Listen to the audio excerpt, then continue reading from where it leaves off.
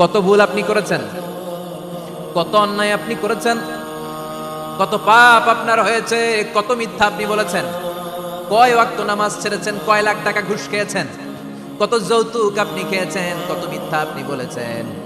আপনার পাপ যত বড় হোক, যত বিশাল হোক, যত বেশি হোক, আল্লাহর দয়ার পরিসীমা তার চাইতেও বড়। আপনার পাপ, আপনার অন্যায়, আপনার জুলুমগুলো যদি হয় খালের পানির সমান, বিলের পানির সমান, আল্লাহর দয়া সাগরের পানির সমান।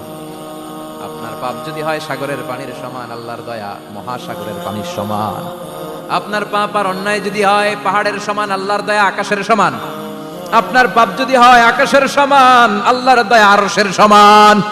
এজন্য আল্লাহ বললেন, ইয়া আইয়ুহাল্লাযীনা আমানু তুবু ইলাল্লাহি তাওবাতান নাসুহা।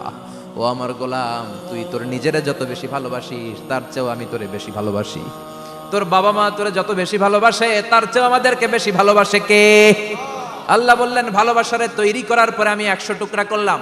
চিল্লায় বলেন, কয় টুকরা? 99 টুকরা ভালোবাসা আমি আল্লাহ নিজের মধ্যে রেখে দিলাম।